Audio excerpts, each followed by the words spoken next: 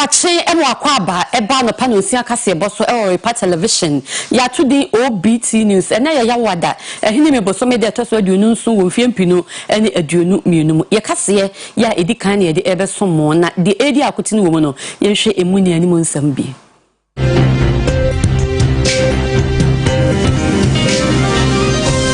Danko akufado Ghana mampani se na ban ne gu nhyehyɛ ye paso o me IM4 ebe ye nhyehyɛ ye papa ebe boa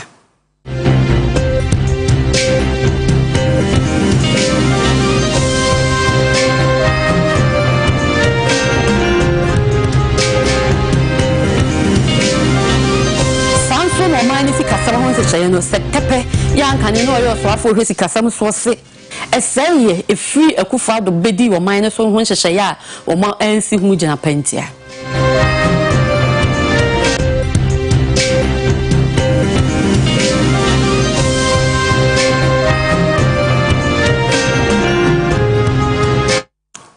me soma no pai me de mame efia nyaako papa bi kasebo ni twemu na me de ema mo Ghana mampani wotu ahen dade ntwa na na dodanko akufo dodonbrofo wakasa nensam no afa IMF ye International Monetary Fund wo mo emo ya o man Ghana epe no eho enu wo kyeremu se ayamhyehyɛ bebre ewom ye bi mo kra kyeremu a ebetumi abre ne ma bebre ase ewo mayi mu wo se entesa na ban ni guso ye nhyehyɛ ye pa ye betumi aboa ama o man no etumi adi ye o IMF4 emo a omode beboa ye ni nyina echi Ahuchira aba maimu a enam so ama Ghana ban ehwe se obetimi ne mpanifo a owo International Monetary Fund adinkita ho se beya obetimi aboa o man Ghana no aka ho bi ama Ghana mampani na adodankwa akufo-addo e de aba batudwa se na ban ni so ade hu pa se nkita ho ne IMF mpanifo die no bibia bekọ awie no obeji atum no ama man Ghana nhyehyɛ bi e beboa ama o man sikasem etimi afa ne ntoma pa efra o mampani na adonka se yemu wa abra asoafo ahodo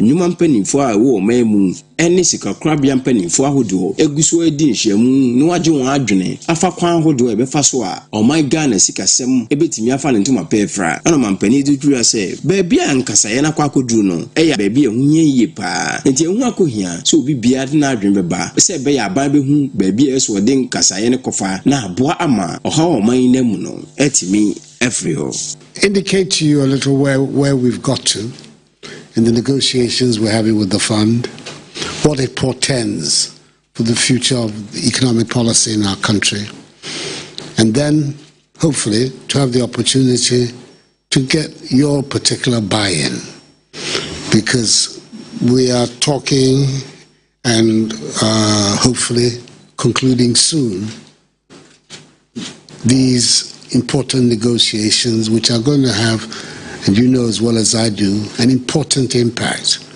on the way forward for the Ghanaian economy in the months and immediate years ahead. So it's basically a familiarization program, and then also to hear from you what you think would be significant that you would want to hear about how we're going forward.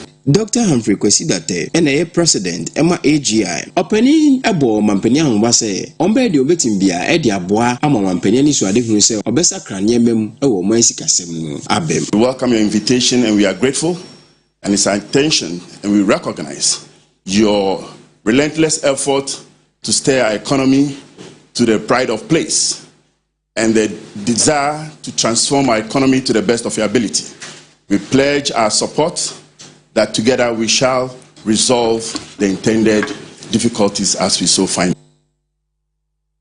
Yetwa so ewon sanfufo ma wo mampani dada John Dramani Mahama na mamumu no soafo a na ohwesi kasam so ono abo setepe de sembia betutudwa eyiyi nsembia no ya wo chemu se de aban yi ka ne nsem se fimfim pinu ne aduonu ba na o man ne sikasam je nsem no sente sa na dodanko akufo-addo na mamu na hyase na no na sikasam ne ntotoye se de wo so mototo no o man toto ne yenti na wo hawo ne de ebeba eno a esanse na nhyehyɛ pa ne nye no na ma no abedu mpempenso yi Oman Ghana adehye dodo na ene wano dem se ampaniampa asetena mayedin enam so ama medom kase yakra wo mrahye bedwafie ehwe se nkabeya Ghana mampani eni oman isa na hene emfi na konwa so no mfa obi from ra emebo ema oman sikasem ensi ne kwem saa kekake ya enam so ama Ghana mampani dada amamu mu no opani na oyesa na hene onumnyamfo se tepe aba abetwem se edu ba bia na aban entimi nsekere ne se enka no korepotia ewo oman sikasem eni gina pen a na oman sikasem ejina opani nkase mu eno woto aso se eya ampempi na aban ne mpanyifo de bon sana hene se enye enyema bi ebesa kra wiemu a efri be se aban ne bedi akonya bepem se afempim mienu eni aduonu no na oman sikasem afane ntuma pefra na nsu ni nyina mu no opani chim se ne kra bia ni sansem no mu efi se ohwe International Monetary Fund onkontabu a obui e wo afempim mienu eni dubo akono mu a ede adi pefe se na oman Ghana sikasem no enyina so te se de aban echire no. Just to say that maybe there was something fundamentally wrong, and especially the notion that we were doing well before 2020 needs to be re-examined. And I can go to two sources. The IMF Article 4 started to revise our deficit from 4.5, 5.9 to 7, and then to 7.2. Similarly, they started revising our debt. The fiscal gap was calculated then at about 3 to 5% if you make adjustments. Then came COVID, and that fiscal gap was also there, about 3 to 6%. We did indicate in the COVID report that the fiscal gap to be about 3%. And if you take all of this, it's far more than 3% of GDP. If that was truly the gap, we know where we are, today. So I'd like us to look at these two things, the adjustments that were made in official IMF reports, and you can take the Article 4, 2021. I say this also to draw attention to the fact that the fund is not ignorant in the negotiations. The fund is not ignorant in the negotiations. And they have been producing these reports with the concurrence of the authorities, as they call them. Ne krakra mu no owura se tepe de to so se ehun behia se aban atisu bepe akwan hodi opi se be ye obetimi asiesie oman sikasem na wagya se wode nani ato IMF nkon aso ne fi se ekopem bra IMF di onjumadi bae no enya de a Ghana man atimi anya sika e bro 1 billion Ghana cedis krada. Point out to this the highest we have had by way of intervention was HIPIC, which is about 3 billion. No government, Mr. W, the list, no government ever got 1 billion to do a correction from Dr. Buju's time. The highest was, 915, which we did. 2 tranches, of course, came after 2017 to the current administration, right? So if we're talking about these volumes of funds, then we should be examining, some of the, some of the assumptions, which we are setting for this discussion. Because being honest with ourselves is one of the things that we have to do, which was like shocking the nation and telling them, that single spine. Ya twaso ewo mrahye fiemu ensensam emu na mrahye ni a wogya omadom kwabenya abatrom betua so honorable Sarah Adrosafo ne ensensam na ye bepiemu mrahye fiemu a omodema privileges committee no omawie ede wo hwehwemu ene omanu yie akoma mrahye bedwafo na so omobebobo hu so omomobo hu no eho nsam de edawani ma aye pinso ewo mrahye fiemu na speaker ask Babin ne nsam odi tudwa efa sansam ne ho no yenko enkotie bi ma. The decision as to whether or not to admit a motion is the exclusive preserve of the Speaker.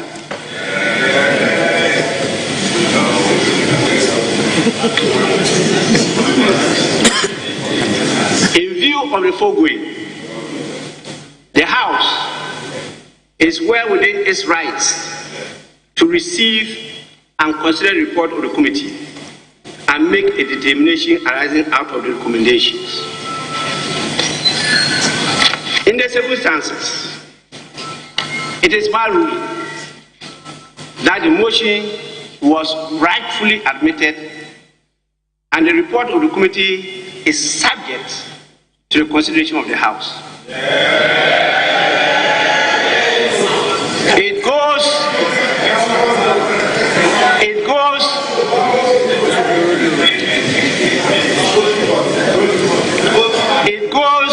without saying that the preliminary objection of the majority leader to the admissibility of the motion for consideration of the report of the committee is hereby dismissed in limine.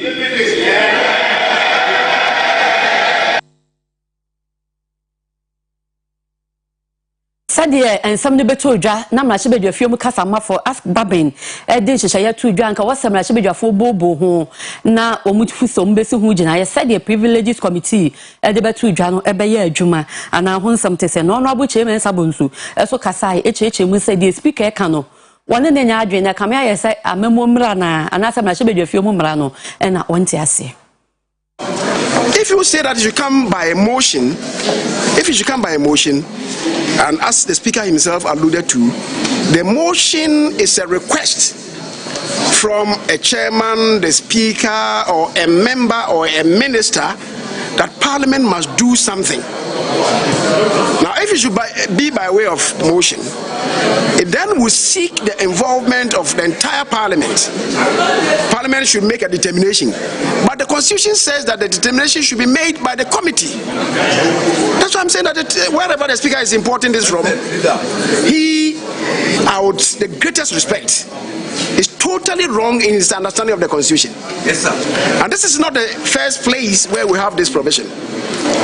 The speaker quoted for us the Article 177, and he says that every committee, when they come by a determination, should come with a report. Article 1. Ya ko ensam fufuro mu abanya ye hyehyeye ya na na du buache ne mpanimfo ahodro bi ababontia bekasa wo da coalition of teachers union ya wo no school ahodro mu ene yeyi wo mafiri no maka wo ho abom wo so wo di ya wo pa wo teachers union no ye ya chechefo nkabom ahodro ni nyina eho esanse wo ba abontia beka asem bi afa Dr. Eric Nkansa ya boni di so no na ebe ye kwanchefo panyini adanwo masua eho ano no mo chese enkosa aso ene no mu di ngita ho no wose omoni teachers union no enya adwen esanse na wose nkomo so hu coalition for no ene omudi nkomo eje wa adwen chansa na waba bonten yeah Dr. Eric Nkansa our power say on the teacher for the media na Ghana then our team na e man pani abo Dr. Eric Nkansa dey say no teacher for the media Ghana house our professor Nkansa director general of education. Now, appointment by no, and yet say, yeah, teacher for who are going to I am not Nagrat, and CTT, the portfolio in penny for, I say, among three, among penny, to make your Dr. Eric Nkansa, now, yet here, you move in a gazette, a debate never made penny for a cassette, or any teacher for an offer. I council I John said could be any by you say a penny for or to my end. Oba circuit, Oka district, Oka range in the teacher for what I can say, yeah, say any safety. If you are way to the Nejuma, I went there by no, yeah, and my country teacher, you will say penny for now, you have to just say, I'm on person. Don't got so one person. And the teacher for you want something to more broke. Teacher for teacher from basic from senior high school. Christian teachers in our cabo. And yes, you're very sure the of Fatanasa on Fatasa by different media. Yes, you show me a home said Dr. Nkansa of Fatana of Fatabros.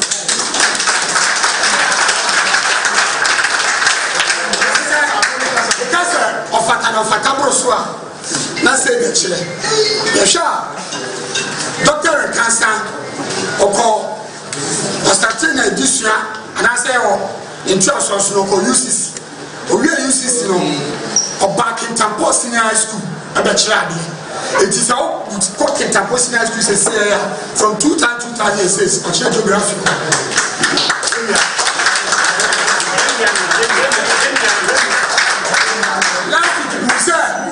private school teachers ɔmo yi na ɔfo de abɛto gya sɛ ɔmo support me mo wo sɛ wokɔ kentampo a yɛwɔ private school wɔ ha yɛfrɛ no sɛ Christian Education Complex Junior High School private school for some support so some pay was such study or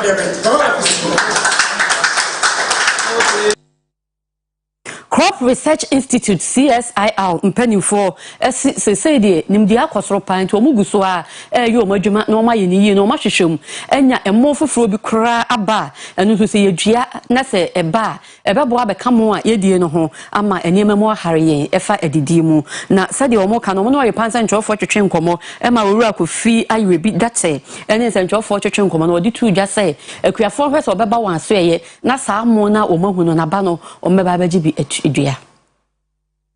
Yeah, America Rice dissemination project no. Na emuwe na yede koma akuafo the friend America one. Na ba no isusa. Apampa so mo ntu dua nfa kwa udua bro ana obedua beans. But ye wie hu say na ba no isusa. Na onua na ye hia udi ayede but et si ho na adwo a na yeden nti no udi ana ni die ya kakra. Okas obro so a omo idea hoden bro no obra a friend difficult to trash na ba ni easily just all the hoden pay enti yafa we ene ede foforo across no ena enya miensan ya ohun baako mienu miensa na ye in such a way say esese anyway no eso pe o hwe so a we anyway eso pe we late by now tree ena ese na ba no ewowa esin we uhwa na ba no miensa ni nyina ewasen na reka one ena se o bro so a we unya mese na kakra unya so mu se ya watwe betwe no utwe se ya eyedin na asan aka na yi no eho ena se unu a se we no eyehia eyede ejo so a eyemre ntutumedi betwe ni nanka dwo a na ayeden untimedi tide aye no akoka se se no ebedru akuafo ho netie ne se aban edisika bebre kramo ba omen mu na yehwesenia emo ekra a eba emem etwe emen ya ohwe ne manum aga na yekra ne kese pa emo eka ho afibia ye de dollar babro opepem baako na ekra emo eba omen mu eba ne sa eha yesidi no eno danchan so asasika nke betimi dia so yekuafo wo omen mu asene ama omudwumadie na pija yehwe omen mu a eye amantam a edomo kese pa no asante mantam ka ho ye ne ye ka top 5 rice producing regions in Ghana intina eho abehia se ye pagya emudua wa asante mantam ha ebeboa eno nti na ye regional agric department aye se ye bepe unit baako omudie ye dwuma ye ya ne se ye beboa abo emu hu dawuru aboa akuafo amom ntete ye fata amom etumpon emu a omudua no eno danchan so a omo eboa akuafo ye omo tomo omo somo no e be kyerɛkyerɛ omo nso aye mu ni ye na mu ni bedu fi a ni die na aye kama omo ton buffalo anase bofruit said the dodo na eka no ewo kumase ofori kroman loga junction kwantempon no so de kwatek no mani abre papa omo kyerema esambo aye de na anwa kra de ene adutwam nti omo ye kyerɛ kakra ye omo de kyerɛ aban ne mpaniwo so omo nya bibi emfa ho ma won anya sa de omo adwuma egu after the ball 11 no me dey one quote 8,000 adan and to the address above to your stop by entry. I call to feel comedy or moment, how many new crown Martina swallowing into Oye no mu ni kunu. No bofro tuna no mu de aye omu kunu. Omu de wi omu ba ye bibia. Let's see ania ma nya o de se omu nya bi nkoi. Ada tia sala na do. See sala la won sane. Emehwe ye. Na ye to o man ma won o fa so omu de asesa so mu. So omu nton. Etia sala omu pa se. Omere ma ye na won di am 5 million. Bofro for ye kwa slack. Ye ntimi nche. This I want about 5 million. So let me action. Ada iti asa ba ye this dey tu na nim ne ye panana do a chow na na ye sra ko me ye ko du do kwa ye bisa bo mo se bi ni ho I want to go house and no ka say bi ni ho ye ko ba bi so 1,000 obi say 1,001 obi ko do se na ni abre ye free ni so enti na na ye sra for we na si for wo mpanyimfo a mo ta wachi a wo betimi akasa and I sit to the Conco back with a tansy. I don't know what's a baby. I say, yes, I am. Then to me, Toshe, Nana, and to yes, someone I understand. Says, I am out to half in your medical school. Tell you that you're here, ma. Young Bravo, young Cobo. Yes, and I say, young Cobo, no. And you know, I am my mother, and you say, and the end baby, I die, and to Nana, saw some opinion for the syndrome. Baby, I want to show you yes, I won't try 10 million. I won't try 10 million piano. I won't try 1 million. So the Falcons I want to see what what's with the whole chance I have 10 million. And that 10 million, and I see what and that 10 million young talk, what 10 million. I want 10 million young talk. Yes, you're doing your crony about for to know. It's actually sorry 2 o'clock. Baby, I'm paying. I'm not ready to say a man. It is another son, so I got some 1 trillion for the power. I'm not seeing on the Sabbath. Don't come. Yes, you're Nebby. Now, Master Susan, Chillian, yes, we talk about 5 minutes. Anybody for Tristan. Not a prayer side. You're talking for Tristan in the 5 city. And it's your son. I'm not doing it. Yes, you're one that I try.